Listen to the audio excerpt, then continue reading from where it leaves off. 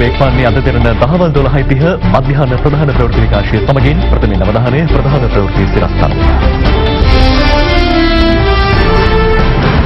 අංගුඩ ලොක්කා ඉන්දියාවේදී මිය ගියාද? මියගිය බවට රාවයක් ප්‍රචාරය වෙනවා. CID නිලධාරීන් පාස්කු ප්‍රහාරකයන් සමග සම්බන්ධතා පැවැත්වූ බවට බුද්ධි නිලධාරියෙකුගෙන් පාස්කු කොමිසමට සාක්ෂියක්. සියලු රජයේ විශ්‍රාමිකයින්ට අග්‍රහාර රක්ෂණ ප්‍රතිලාභ ප්‍රදානය කිරීමට කැබිනට් මණ්ඩලයේ අනුමැතිය. පිළියන්දල නිවසක් තුළ ව්‍යාපාරිකයෙකු ඝාතනය කිරීමේ සිද්ධියට සැකකරුවන් දෙදෙනෙකු අත්අඩංගුවට. ගෝලීය කොවිඩ් ආසාදිතයන් 1,53 ලක්ෂය ඉක්මවයි. ජගත් මහසමුළුව වර්චුවල් ක්‍රමයට.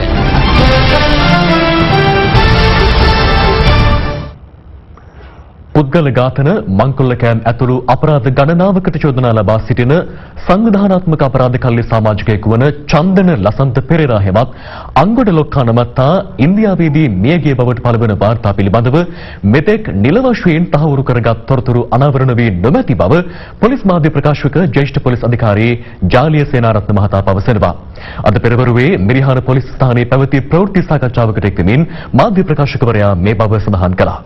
මේ අතර පසුගියදා පිළියන්දල ප්‍රදේශයේ නිවසක් තුළ ව්‍යාපාරිකයෙකු ඝාතනය කිරීමේ සිද්ධිය සම්බන්ධයෙන් මෙවර විට සැකකරුවන් දෙදෙනෙකු අත්අඩංගුවට ගෙන ඇති බවද පොලිස් මාධ්‍ය ප්‍රකාශකවරයා එහිදී සඳහන් කළා. ඒ මිනීමැරීම සිද්ධ කළේ හෝටලේ ඉහළ කාමරයක නිදාගෙන සිටි ඒ හෝටල් හිමිකරු ඔහුගේ භාර්යාව සහ දරුවා නාන කාමරයට දාලා හෝටල් හිමිකරුව ඝාතනය කිරීම සඳහා කටයුතු කර තිබුණා. මේ නිවැසියන් නිදාගෙන සිටි කාමරයට ගිහිල්ලා මේ හෝටල් හිමිකරුව ඝාතනය කිරීමෙන් පසුව නිවසේ අනෙක් අය බිය ගන්නවා තමයි මේ කොල්ලකෑම සිද්ධ කරලා තියෙන්නේ. මේ කොල්ලකෑමට සම්බන්ධව ආරච්චි කට්ටුව ප්‍රදේශයේ එක් සැකකරුවෙක් මේ වන විට අත්අඩංගුවට අරන් තියෙනවා. ඒ සැකකරුව අත්අඩංගුවට ගත්තේ ඊයේ දිනේදී. ඒ වගේම ඔහුගෙන් අනාවරණය වෙච්ච තොරතුරු අනුව දේපල ගණනාවක් සහ මේ අපරාධයට සම්බන්ධ අනෙක් සැකකරු පිළිබඳව තොරතුරු අනාවරණය කරගෙන තියෙනවා. ඒ අනුව ගිරිතලේ යාය 3 ප්‍රදේශයේ පදිංචිව සිටි හමුදාවේ සේවය කළ තැනැත්තා අත්අඩංගුවට ගැනීමට හැකියාව ලැබිලා තියෙනවා. දැනට මේ දෙදෙනාම බස්නාහිර පළාත දකුණ අපරාධ කොට්ටාශයේ රඳවාගෙන ප්‍රශ්න කරගෙන යනවා.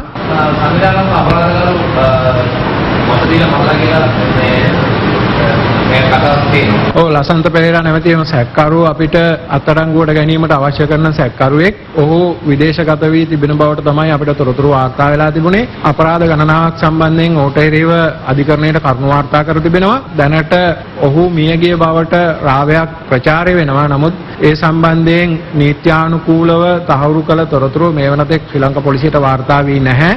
නමුත් මේ ප්‍රචාරය වෙන තොරතුරු සම්බන්ධයෙන් අවධානය යොමු කර ඒ පිළිබඳව නිල තහවුරු කළ වාර්තා ලබා ගැනීම සඳහා අවශ්‍ය පියවර මේ වන විටත් රැගෙන තියෙනවා. ඒ අනුව අපි බලාපොරොත්තු වෙනවා ඒ සම්බන්ධයෙන් තහවුරු කළ වාර්තා ලබා ගන්න.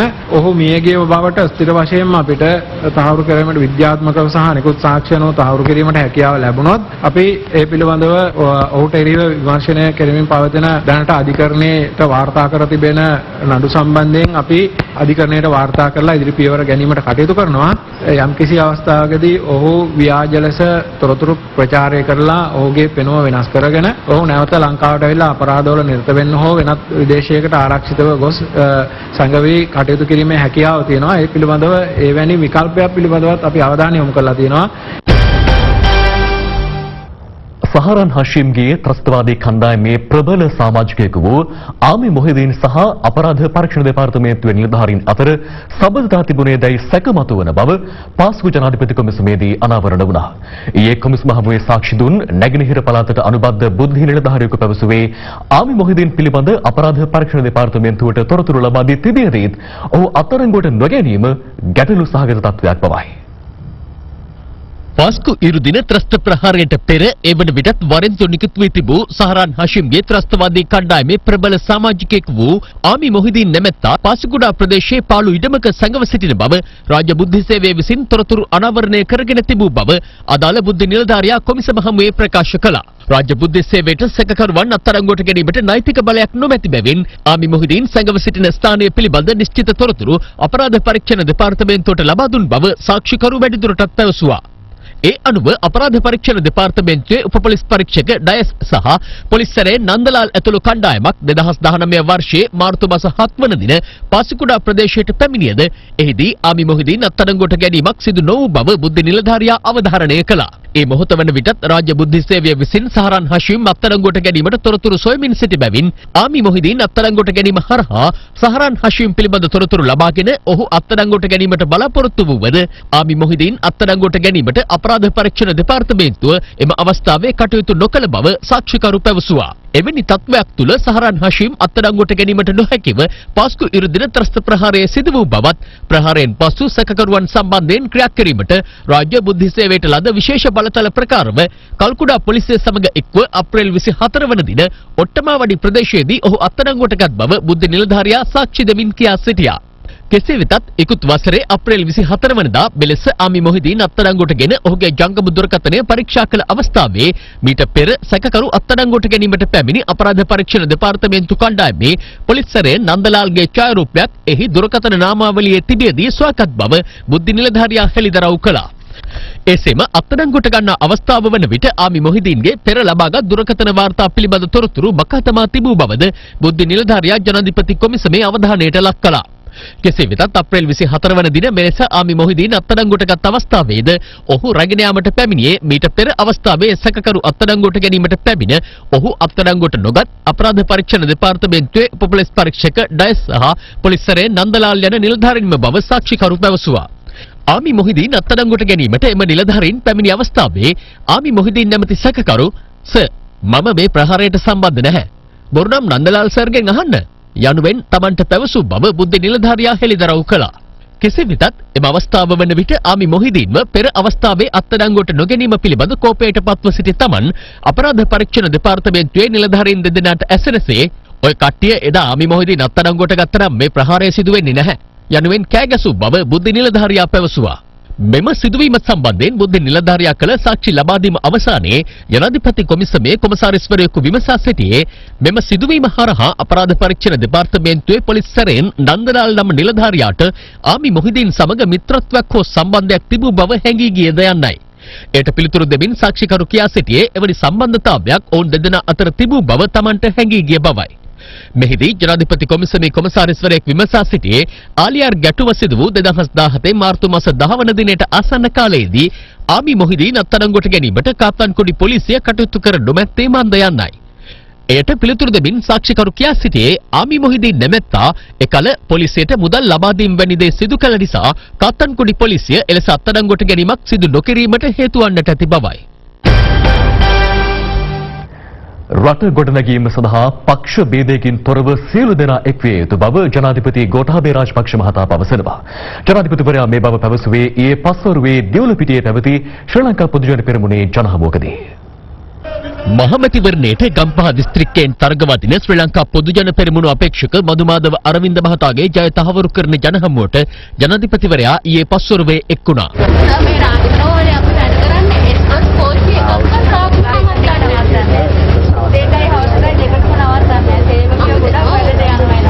අපේක්ෂක මෙරිල් පෙරේරා මහතා ජයලදී සංවිධානය කළ ජනහමුවට ජනාධිපතිවරයා සහභාගී වූයේ ඉන් අනතුරුවයි.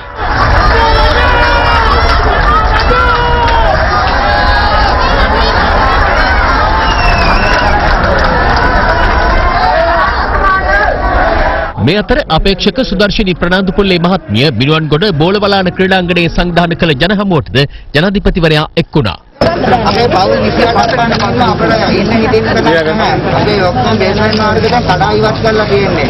ඒකේ වල සිසුවේ වෙලා ගත පියවර ගොඩක් වටිනවා. ඒ කරන්න ගෙන්න ශ්‍රී ලංකා පොදුජන පෙරමුණු අපේක්ෂක ඉන්දික අනුරුද්ධ මහතා දිවුලපිටියේ සංවිධානය කළ ජනහමුවට ජනාධිපතිවරයා පැමිණියේ ඉන් අනතුරුවයි. ඔක්කොම හෙලේ අල්ලගෙන යනවනේ. අහලා මම දැනගෙන ඕල්ට බයනසුවට තොරතුරු එවන්න ඕන. මම එවන්න කෙලින්ම තොරතුරු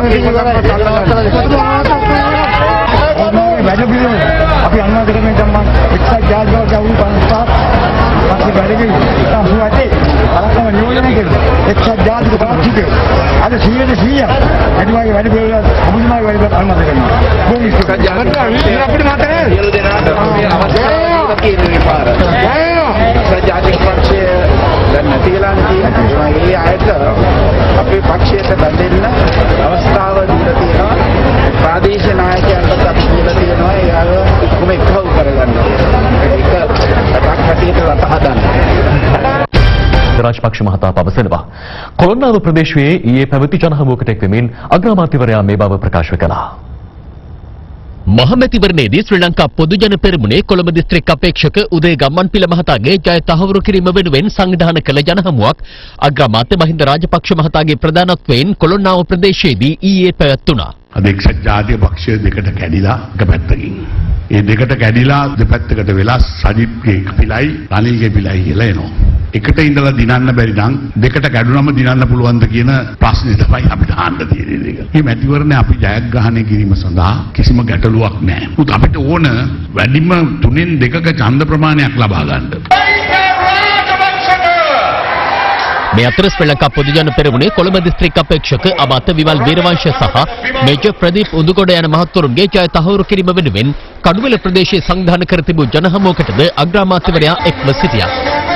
ගෝඨාභය රාජපක්ෂ මැතිතුමා දේශපාලන සංස්කෘතිය තුළ වෙනසක් ඇති කරනවා මිත්‍රවරුනි. අගෝස්තු මාසේ 5 වෙනිදාන් බිහිවන පාර්ලිමේන්තුව මිත්‍රවරුනි දේශපාලඥයන් ජයග්‍රහණය කරන මැතිවරණයක් නෙවෙයි. මේ මැතිවරණයෙන් බිහිවන ජනතා නියෝජිතයන් ජනතාව ජයග්‍රහණය කරන්නට විශාල බාරදූර කාර්යයන් රාශියක් පැවරෙනවා මිත්‍රවරුනි. මගේ දේශපාලන ජීවිතේ මම ගත්ත ඉතාම අමාරු තීරණයක් තමයි ජනතා විමුක්ති පෙරමුණෙන් එළියට බහින තීරණය. ඒ තීරණය එදා ගන්න සිද්ධ වුණේ එදා මම මේ හිටපු පක්ෂය ඔබතුමා යුද්ධය ඉස්සරහට අරගෙන යනකොට අයවැයට කකුල් මාට්ටු දාන්න සූදානම් වෙනකොට ඒක වළක්වා ගැනීම සඳහා ඒ පක්ෂය තුල කරපු අභ්‍යන්තර අරගලය මම ඒක ඔබතුමාට කවදාකවත් සඳහන් කළා නැහැ. ඒ අරගලේ හැමයි හේතු වුණේ ජනතා විමුක්ති පෙරමුණේ ඇතුලේ මා පිළිබඳව දේශපාලන අවිශ්වාසයක් ඇති කරගන්න. ඔවුන්ට උවමනා වුණා මගේ දේශපාලන භූමිකාව මහින්ද රාජපක්ෂ සඳහා වූ භූමිකාවක් හැටියට ජනතා විමුක්ති පෙරමුණ අභ්‍යන්තරයේ මතයක් හදන්න. එතෙන් සිට ඔබතුමා සමග අපි ආණ්ඩුවකට හිටියා. ඇතැම් විට ආණ්ඩුව ආරක්ෂා කරගන්න අපි මුළුවර යොදා කටයුතු කරුවා. ඒ වගේම ඇතැම් විවේචනාත්මක කරුණු අපි ඉදිරිපත් කළා. මට සමා වෙන්න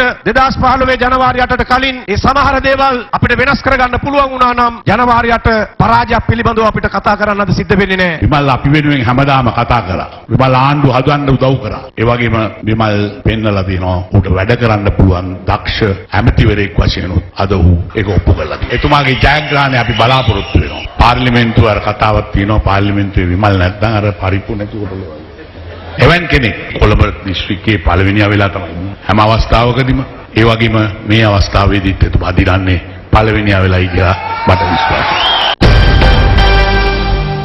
MCC ගිවිසුම තුළින් රට විදෙස් රටවලට පාවා දෙන බවට ප්‍රකාශ කළ ආණ්ඩුව අද වන විට එයට අත්සන් තැබීමට සූදානමින් සිටින බව එක්සත් ජාතික පක්ෂ නායක රනිල් වික්‍රමසිංහ මහතා පවසනවා. ඔහු මේ බව ප්‍රකාශ කළේ මර්දානයේ ඊයේ පැවති ජනහමුවකදී. මහමැතිවරණයේ ඉලක්ක කර ගනිමින් එක්සත් ජාතික පක්ෂ නායක රනිල් වික්‍රමසිංහ මහතාගේ ප්‍රධානත්වයෙන් තවත් ජනහමුවක් ඊයේ පස්වරුවේ මර්දාන ප්‍රදේශයේදී පැවැත්වුණා. MCC අත්සන් කරන්නේ නැහැ කිව්ව පොහොට්ටුවට කොරෝනා හැදිලා. දැන් තියෙන්නේ වෙන පොහොට්ටුවක්. ඊයේ ජනාධිපතිවරණ රටවටේ ගියේ අපි UMP ආණ්ඩුවගේ සම්පත් විකුණන්නේ නැහැ. UMP ආණ්ඩුව වාගේ MCC අත්සන් කළ රට බෙදන්නේ නැහැ කියලා. දැන් හිර වෙලා තියෙන්නේ. දැන් මොකද්ද කරන්නේ? ඇමරිකන් ආණ්ඩුවේ සුරැකුම්පත් බැඳුම් කර තමයි ලෝකේ වටිනාම සුරැකුම්පත් බැඳුම් කර. අපිට තියෙන ඒවා ඩොලර් 4500ක්. දැන් කියන අපි ලෑස්ති මේක ඇපේට තියලා අපිට ඩොලර් 1000ක් දෙන්න කියලා. අපිවත් 1000ක් ගන්න 4500ක් ඇපේට දෙන්නේ නැහනේ. අන්න එතෙන් ඒ තැනට වැටලා තියෙන. මේ ලංකා ඉතිහාසයේ මීට ඉස්සර මේ වැඩ කටයුත්ත කළා නැහැ. මේ සාමාන්‍ය මහ බැංකුවක් අනිත් මහ බැංකුවේ මේ මුදල් ගන්නේ කෙටි කාලීන මුදල් හිඟයක් තියනවා. අපිට තියෙන කෙටි කාලීන මුදල් හිඟයක් නෙමෙයි. ඒ කාල සීමාව තුලදී අපිට ඩොලර් මිලියන 1000 ගෙවන්න බැරි වුණොත් මොකද්ද වෙන්නේ? අර රත්තරන් මාළි උපස් තිබ්බා වගේ. ඒකට අඩු ගානේ ඩොලර් මිලියන 1000ක් අපෙන් අරගනි. තුරකෙම්පුවත්. අපිට ඉතුරුනේ 3500යි.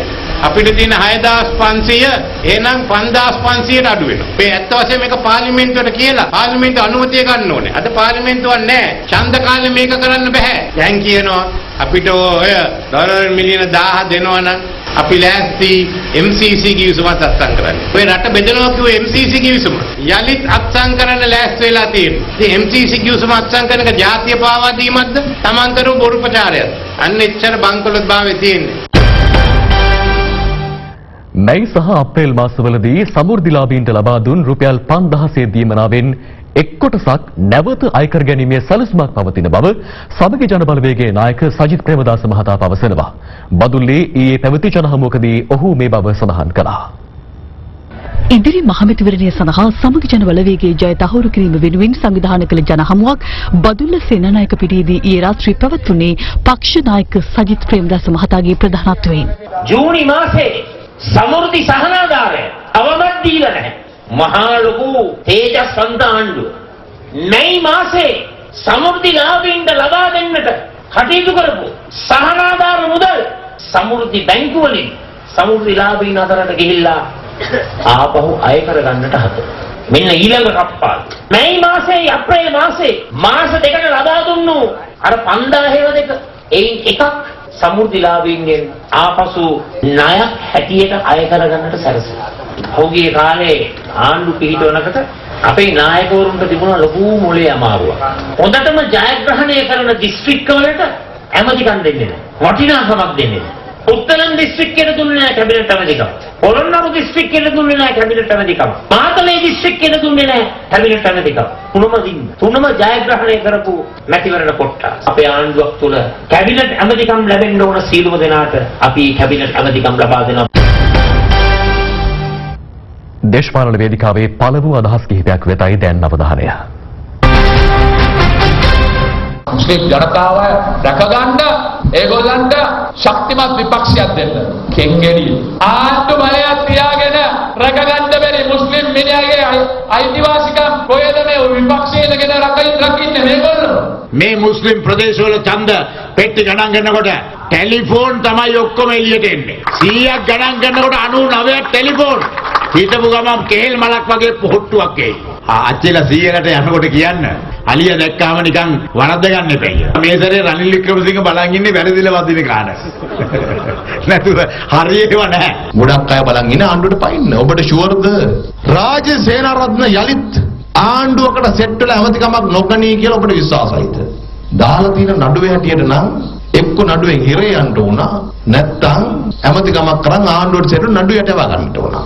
වෙල්ගම මහත්තයා එයාට මහින්ද මහත්තයත් එක්ක ප්‍රශ්නයක් නැහැ නේ. ඕනේ වෙලාවක යන්න පුළුවන්. අපිට තමයි කියන්නේ මේ පක්ෂ බෙදිලා ජීවිතේට මාරු වෙන්න එපා කියලා. නෑ අපි වෙනස් වෙන්න ඕන. රනිල්ට සටන් පාට නැහැ, සජිත්ට සටන් පාට නැහැ. දෙන්නටම කියන්න දේවල් නැහැ. ජාතියක් හැටියට ගොඩනගෙන්න මිනිස්සු උත්සාහ කරන වෙලාවේ සජිත් සහ රනිල් වේදිකාවල වීලු කතා කියනවා. ඒ ආදල් එක දෙනවා ඇරෙන්න වෙන ප්‍රායෝගික වශයෙන් 3 2 තියාද මම දකින්න විදිහට 113වත් හදාගන්න බෑ. අපි තමයි ආණ්ඩුව හදන්නේ. අපි මන්ත්‍රී දුර ගන්න ප්‍රමාණය සහ අපිට හවුල් උදව් කරන්න ඉන්න පක්ෂත් එක්ක එකතු වෙලා අපි නියත වශයෙන් 113ක් පෙන්නලා මේ පාර්ලිමේන්තුවේ බහුතරයක් සහිත ආණ්ඩුවක් අපි නිර්මාණය කරනවා. ආපහු පාරක් රට පාලනය කරන්න බලය ඉල්ලනවා. හැබැයි ඔබට මතක ඇති පාර්ලිමේන්තුව විසිරවන්න මාසයකට විතර කලින් മന്ത്രി පුරප්පාඩුවකට පත් වුණා පාර්ලිමේන්තු මන්ත්‍රීවරයෙක් එක්සත් ජාතිපක්ෂයෙන්. කිසිම හිරිකිතක් නැතුව ලක්ෂ 400ක් වටින පර්මිට් එක ඒ മന്ത്രിවරයා ගත්තා. ඔන්න ඔය වගේ කණ්ඩායමක් තමයි මේ ආපහු රට පාලනය කරන්න ඉල්ලන්නේ. තවත් තොරතුරු මේ විරාමයේ අනතුරුව බලාපොරොත්තු වන්න. සඳහා අග්‍රහාර රක්ෂණ ප්‍රතිලාභ ලබා දීමට කැබිනට් අනුමැතිය හිමි වූ බව සම කැබිනට් ප්‍රකාශක අමාත්‍ය ආචාර්ය බන්දුල ගුණවර්ධන මහතා පවසනවා. අද පෙරවරුවේ රජයේ ප්‍රවෘත්ති දෙපාර්තමේන්තුවේ පැවති කැබිනට් තීරණ දැනුම් දීමේ ප්‍රවෘත්ති සාකච්ඡාවට එක් වෙමින් අමාත්‍යවරයා මේ බව සඳහන් කළා. අග්‍රහාර රක්ෂණීය ප්‍රතිලාභ හිමි වෙලා තිබුණේ 2016 ජනවාරි 1ට පසු විශ්‍රාම ගිය අයට පමණයි. දැන් එවැනි දින සීමාවලින් තොරව සියලුම රජයේ සේවකයන්ට විශ්‍රාම ගිය අග්‍රහාර රක්ෂණ ප්‍රතිලාභ ලබා දීමට අවශ්‍ය කැබිනට් පත්‍රිකාව රාජ්‍ය පරිපාලන කටයුතු අමාත්‍යතුමා ඉදිරිපත් කළේ. ඒට මුදල් අමාත්‍යවරයාගේ එකඟතාවය පළ කරලා තිබෙනවා. ඒ අනුව රාජ්‍ය සේවයෙන් විශ්‍රාම ගිය ඕනෑම විශ්‍රාමිකයෙකු අග්‍රහාර රක්ෂණ ප්‍රතිලාභ හිමි වෙනවා. ඔවුන්ට සෞඛ්‍ය ක්ෂේත්‍රයේ ඇතිවන ගැටලු වලදී රෝහල් බිල් ගෙවීමට සහ අනිකුත් වියදම් දැරීම සඳහා රක්ෂණ ප්‍රතිලාභ හිමි කරගන්න පුළුවන්කම ලැබෙනවා. තවත් තොරතුරු මේ විරාමයෙන් අනතුරුව බලාපොරොත්තු වන්න. ඊයේ දිනේදී තවත් ආසාදිතයින් 22 දෙනෙකු හඳුනා ගැනීමත් සමගයි. ගත වූ පැය 24ක කාලය තුළ හඳුනාගත් COVID-19 වෛරස් ආසාදිතයන් 22 දෙනා අතරින් 21 දෙනෙකුම විදේශයන්හි සිට මෙරටට පැමිණ තිබුණා. රජයේ ප්‍රවෘත්ති දෙපාර්තමේන්තුව සඳහන් කළේ ඒ අතරින් ආසාදිතයන් 14 දෙනෙකු සෞදි අරාබියේ සිට මෙරටට පැමිණ නිරෝධායන මධ්‍යස්ථානයේ වෙත යොමු කර සිටි පිරිස් බවයි. මේ අතර එක්සත් අරාබි එමිර් රාජ්‍යයේ සිට මෙරටට පැමිණ සිටි පුද්ගලයන් 7 දෙනෙකුටද වෛරසය ආසාදනය වී ඇති බව ඊයේ දිනේ හඳුනා ගනු ලැබුවා. මෙරටදී COVID-19 වෛරසය ආසාදනය වූ එක් පුද්ගලයෙකු ඊයේ හඳුනාගනු ලැබූ අතර ඔහු කන්දකාඩු පුනරුත්ථාපන මධ්‍යස්ථානයේ ආසාදිතයෙකුගේ ආශ්‍රිතයෙක්. ඔහු නොරොච්චෝලේ නිරෝධායන මධ්‍යස්ථානයේ නිරෝධායනය සඳහා යොමු කර සිටි අය. ඊයේ දිනේ හඳුනාගත් නව ආසාදිතයන් සමග රෝහල්ගතව සිටින ආසාදිතයන් සංඛ්‍යාව රෝගීන් 677 දෙනෙකු දක්වා ඉහළ යනවා. සෞඛ්‍ය අමාත්‍යාංශයේ වසංගත රෝග විද්‍යා අංශය සඳහන් කළේ වෛරසය ආසාදිතව සිට පූර්ණ සුවය ලැබූ පුද්ගලයන් 2064 දෙනෙකු මේ වන විට රෝහල් වලින් පිටව ගොස් ඇති බවයි. ඒත් සමගින් ප්‍රවෘත්ති අවසන්. සුබ දවසක්.